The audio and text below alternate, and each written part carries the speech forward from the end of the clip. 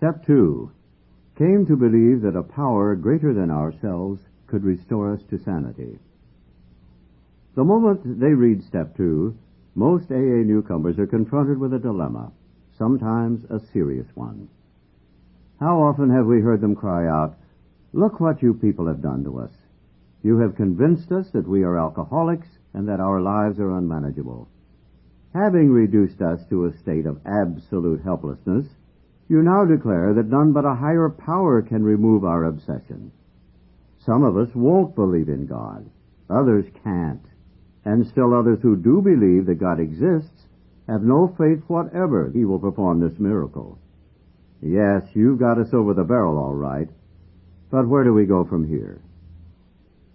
Let's look first at the case of the one who says he won't believe, the belligerent one. He is in a state of mind which can be described only as savage. His whole philosophy of life, in which he so gloried, is threatened. It's bad enough, he thinks, to admit alcohol has him down for keeps, but now, still smarting from that admission, he is faced with something really impossible. How he does cherish the thought that man, risen so majestically from a single cell in the primordial ooze, is the spearhead of evolution, and therefore the only God that his universe knows. Must he renounce all this to save himself? At this juncture, his AA sponsor usually laughs. This, the newcomer thinks, is just about the last straw. This is the beginning of the end. And so it is. The beginning of the end of his old life, and the beginning of his emergence into a new one. His sponsor probably says, "Take it easy. The hook you have to jump through is a lot wider than you think. At least I found it so. So did a friend of mine who was a one-time vice president of the American Atheist Society, but he got through with room to spare." "Well," says the newcomer, "I know you're telling me the truth. It's no doubt a fact that AA is full of people who once believed as I do. But just how, in these circumstances, does a fellow take it easy? That's what I want to know." That, agrees the sponsor, is a very good question indeed. I think I can tell you exactly how to relax. You won't have to work at it very hard either. Listen, if you will, to these 3 statements. First, Alcoholics Anonymous does not demand that you believe anything. All of its 12 steps are but suggestions. Second, to get sober and to stay sober, you don't have to swallow all of Step 2 right now. Looking back, I find that I took it piecemeal myself. Third, all you really need is a truly open mind. Just resign from the debating society and quit bothering yourself with such deep questions as whether it was the hen or the egg that came first. Again, I say, all you need is the open mind. The sponsor continues, "Take, for example, my own case. I had a scientific schooling. Naturally, I respected, venerated, even worshipped science. As a matter of fact, I still do, all except the worship part. Time after time, my instructors held up to me the basic principle of all scientific progress. Search and research again and again, always with the open mind. When I first looked at AA, my reaction was just like yours. This AA business, I thought, is totally unscientific. This I can't swallow. I simply won't consider such nonsense. Then I woke up. I had to admit that AA showed results, prodigious results. I saw that my attitude regarding these had been anything but scientific. It wasn't AA that had the closed mind, it was me. The minute I stopped arguing, I could begin to see and feel. Right there. Step 2, gently and very gradually, began to infiltrate my life. I can't say upon what occasion or upon what day I came to believe in a power greater than myself, but I certainly have that belief now. To acquire it, I had only to stop fighting and practice the rest of AA's program as enthusiastically as I could. This is only one man's opinion based on his own experience, of course. I must quickly assure you that AAs tread innumerable paths in their quest for faith. If you don't care for the one I've suggested, you'll be sure to discover one that suits if only you look and listen. Many a man like you has begun to solve the problem by the method of substitution. You can, if you wish, make AA itself your higher power. Here's a very large group of people who have solved their alcohol problem. In this respect, they are certainly a power greater than you, who have not even come close to a solution. Surely you can have faith in them. Even this minimum of faith will be enough. You will find many members who have crossed the threshold just this way. All of them will tell you that, once across, their faith broadened and deepened. Relieved of the alcohol obsession, their lives unaccountably transformed, they came to believe in a higher power, and most of them began to talk of God. Consider next the plight of those who once had faith but have lost it. There will be those who have drifted into indifference, those filled with self-sufficiency who have cut themselves off, those who have become prejudiced against religion, and those who are downright defiant because God has failed to fulfill their demands. Can AA experience tell all these they may still find a faith that works? Sometimes AA comes harder to those who have lost or rejected faith than to those who never had any faith at all, for they think they have tried faith and found it wanting. They have tried the way of faith and the way of no faith. Since both ways have proved bitterly disappointing, they have concluded there is no place whatever for them to go. The roadblocks of indifference, fancied self-sufficiency, prejudice, and defiance often prove more solid and formidable for these people than any erected by the unconvinced agnostic or even the militant atheist. Religion says the existence of God can be proved. The agnostic says it can't be proved. And the atheist claims proof of the non-existence of God. Obviously, the dilemma of the wanderer from faith is that of profound confusion. He thinks himself lost to the comfort of any conviction at all. He cannot attain in even a small degree the assurance of the believer, the agnostic, or the atheist. He is the bewildered one. Any number of AAs can say to the drifter, yes, we were diverted from our childhood faith too. The overconfidence of youth was too much for us. Of course, we were glad that good home and religious training had given us certain values. We were still sure that we ought to be fairly honest, tolerant, and just, and that we ought to be ambitious and hard-working. We became convinced that such simple rules of fair play and decency would be enough. As material success, founded upon no more than these ordinary attributes, began to come to us, we felt we were winning at the game of life. This was exhilarating, and it made us happy.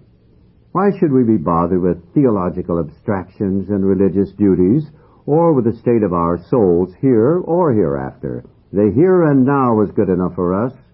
The will to win would carry us through. But then alcohol began to have its way with us. Finally, when all our scorecards read 0, and we saw that one more strike would put us out of the game forever, we had to look for our lost faith. It was in AA that we rediscovered it, and so can you.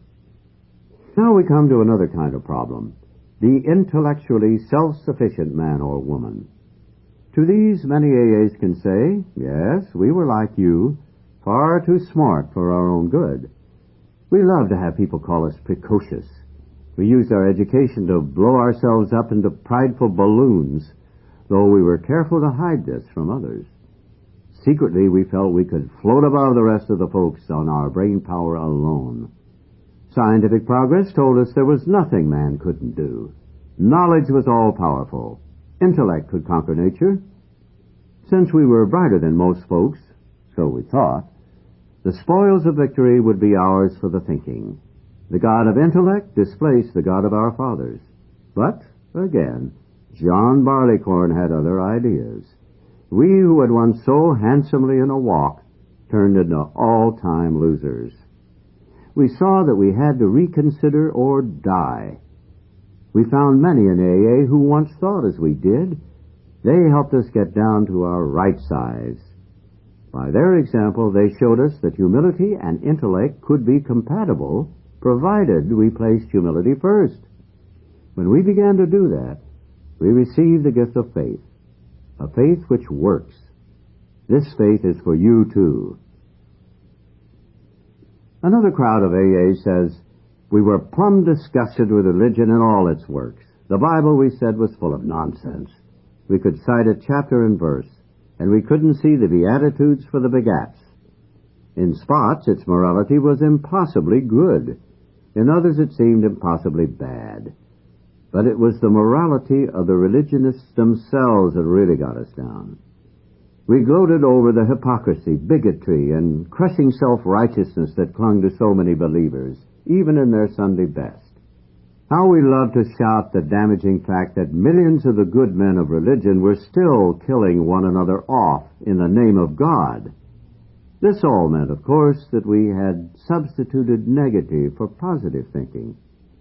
After we came to AA, we had to recognize that this trait had been an ego-feeding proposition.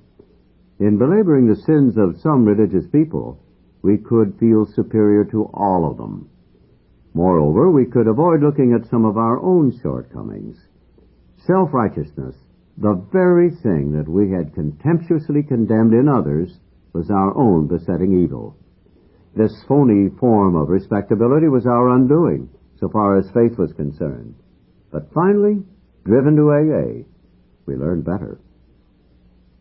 As psychiatrists have often observed, defiance is the outstanding characteristic of many an alcoholic.